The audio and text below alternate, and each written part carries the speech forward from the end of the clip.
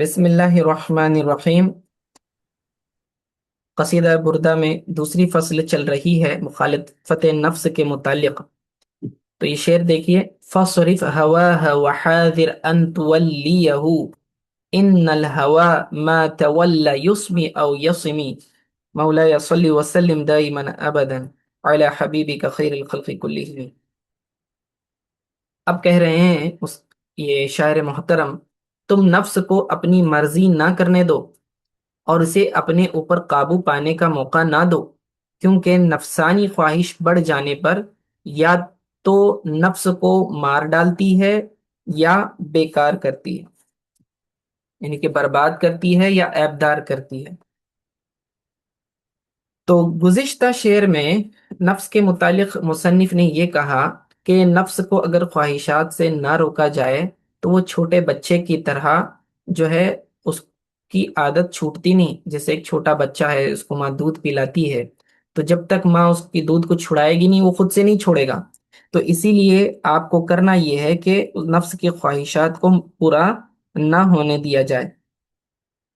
اور اس کی دوسری توجہ اس کے اندر یہ بیان کرتے ہیں، مصنف نے اس شعر کے اندر فرمایا، نتیجہ ذکر کیا کہ اگر آپ ایسا نہ کریں تو کیا ہوگا۔ اگر آپ اپنے نفس کو خواہشات سے نہیں روکیں گے تو اس میں کیا ڈس ایڈوانٹیج ہے؟ لوگ یہ سوچتے ہوں گے بھائی اپنی خواہش میں اپنی ذات کی پوری کر رہا ہوں، کسی کا نقصان تو نہیں کر رہا، جی میں کسی کو مار نہیں رہا ہوں، گالی نہیں دے رہا ہوں، میں اپنی اپنی خواہش پوری کر رہا ہوں اور وہ بھی میرے حلال پیسے سے کر رہا ہوں، تو پھر کیا پرابلم ہے اس میں؟ کہتے ہیں پرابلم ہے۔ وجہ یہ ہے کہ انسان جب بہت زیادہ خواہشات کے پیچھے بھاگنے لگ جاتا ہے تو وہ برباد ہو جاتا ہے اور اس کی جو پرسنالٹی ہے وہ عیبدار بن جاتی ہے، کیونکہ وہ اپنی خواہشات کو اب تک ایک جائز طریقے سے پورے کر رہا تھا، لیکن پھر اس میں حد سے آگے بڑھتا ہے عیش میں، پھر ناجائز خواہشات کے بھی پیچھے بھاگنے لگ جاتا ہے، پھر اپنی خواہش پوری کرنے کے لیے یہ نہیں دیکھتا کہ دوسروں کا نقصان ہو رہا ہے یا نہیں ہو رہا ہے، وہ صرف یہی دیکھے گا کہ میرا فائدہ ہو بس، ٹھیک ہے۔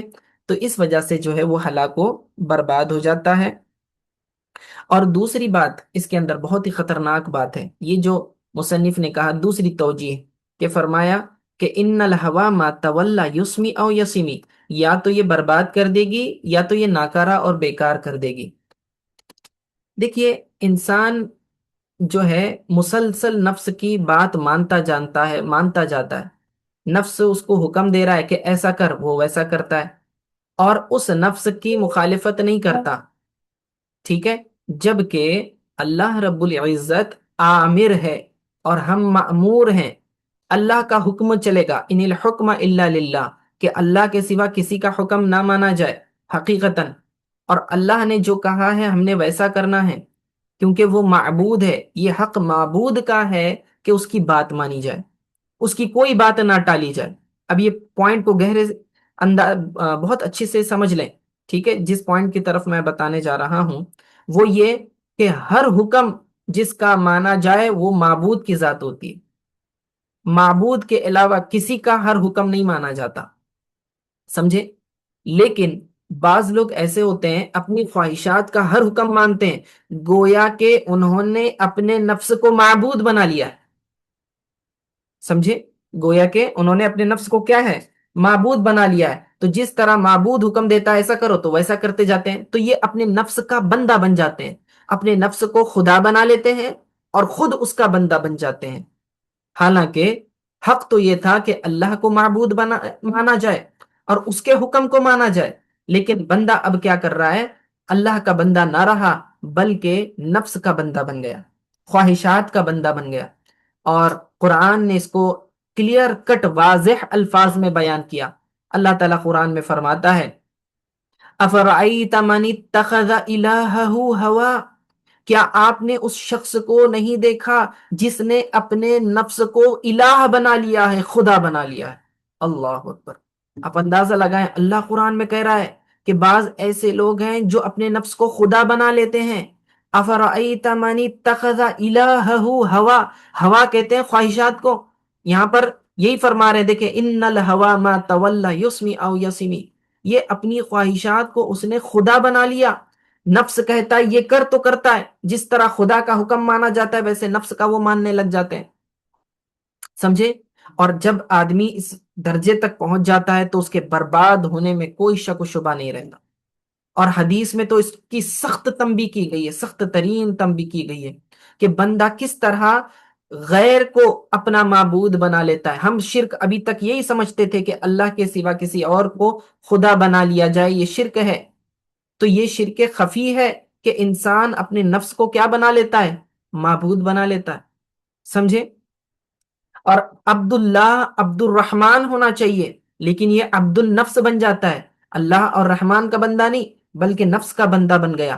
اور نفس کی خواہشات اتنی آگے لے جاتی ہیں، کسی کو دولت کی خواہش ہوتی ہے، کسی کو شہرت کی خواہش ہوتی ہے۔ علماء بھی اس سے بچے ہوئے نہیں ہیں، بعض کو اپنے علم پر بڑا گھمنڈ ہوتا ہے، اور علم صرف وہ اس لیے سیکھتے ہیں کہ دوسروں کو نیچا دکھا سکیں، مناظرے میں لوگوں کو ہرا سکیں، اپنے علم کو جتا سکیں، اپنے آپ کو دوسروں سے بہتر بتا سکیں۔ اللہ کی رضا مطلوب نہیں ہوتی۔ تو علم اس نیت سے حاصل کرنا، یہ بھی نفس کے پجاری ہیں، یہ بھی جو ہے اپنی خواہشات کے پیچھے دوڑنے والے لوگ ہیں۔ تو فیم کے پیچھے اور شہرت کے پیچھے بھاگنے والے ایسے بھی لوگ ہوتے ہیں جن کو منصب پسند ہوتا ہے، جن کو سٹیٹس چاہیے ہوتا ہے، جو چاہتے ہیں کہ ہمارے کئی مریدین ہوں، ہمارے ہاتھ چومے جائیں، ہمارے پیر دبائے جائیں، ہمیں تحفے دیے جائیں۔ جی، میں دینی پرسنالٹی کی بھی بات کر رہا ہوں، اسی طرح دنیاوی اعتبار سے بھی کئی لوگ ہوں گے۔ تو انہوں نے اپنے نفس کو خدا بنا لیا ہوتا ہے، اپنے نفس کو پوج رہے ہوتے ہیں۔ جو بھی ان کے نفس کے فیور میں بات کرتا ہے تو وہ انہیں اچھے لگتے ہیں، جو ان کے نفس کے خلاف بات کرتے ہیں وہ انہیں برے لگتے ہیں، ٹھیک ہے؟ اور عبد النفس بن کر بیٹھے ہوتے ہیں۔ مثلا کوئی دولت کا پجاری ہوتا ہے، یعنی کہ بالکل مال و دولت کی ایسی لت ہوتی ہے کہ حلال و حرام کی کوئی تمیز نہیں ہوتی، اور نفع نقصان کو یہ نہیں دیکھتے کہ بھئی یہ طریقہ جائز ہے کہ ناجائز ہے، یا پھر اس سے دوسروں کو تکلیف ہوگی نہیں ہوگی۔ بھئی دوسروں کا نقصان ہو، دھوکہ ہو، جھوٹ بولو، ملاوٹ کرو، کچھ بھی کرو، پیسہ حاصل کرو بس، یہ اس طرح کے۔ اور ایسے لوگوں کو حدیث میں کیا فرمایا؟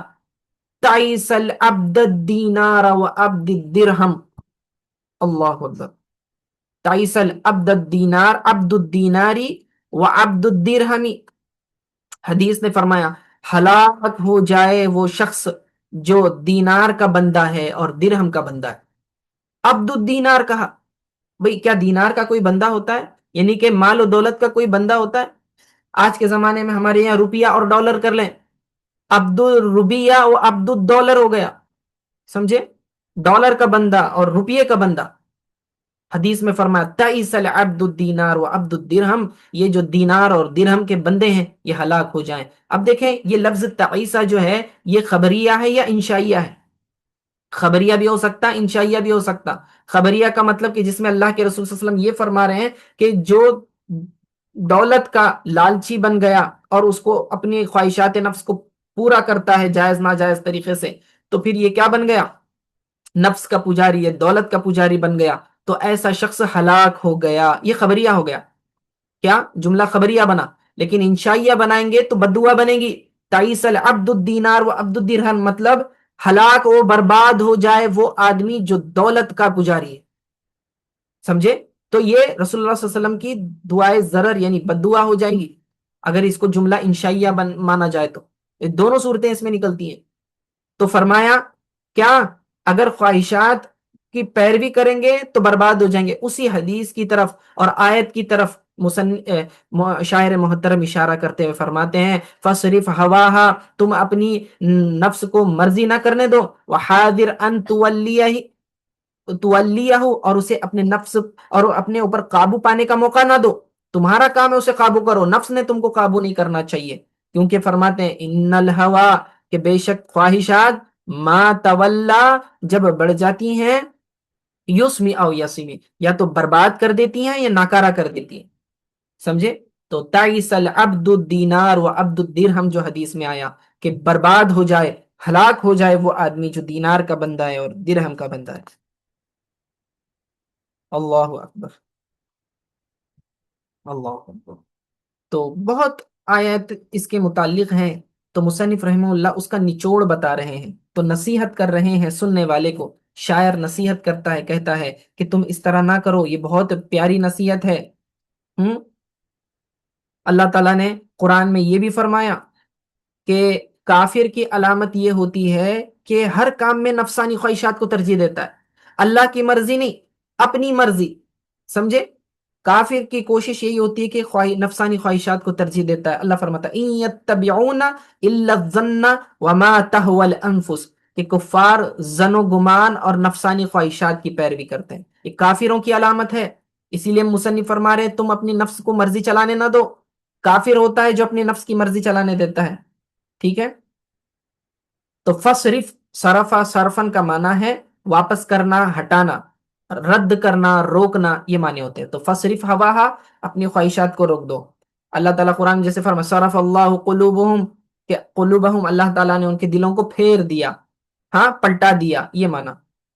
اسی طرح ہواہا ہویتن اور ہون، یہ محبت کو بھی کہتے ہیں اور خواہش کو بھی کہتے ہیں۔ اللہ تعالیٰ نے فرمایا وَاتَّبِعْ هَوَاهُ فتردہ، اور حاضر، حاضر کا مطلب تو بچ،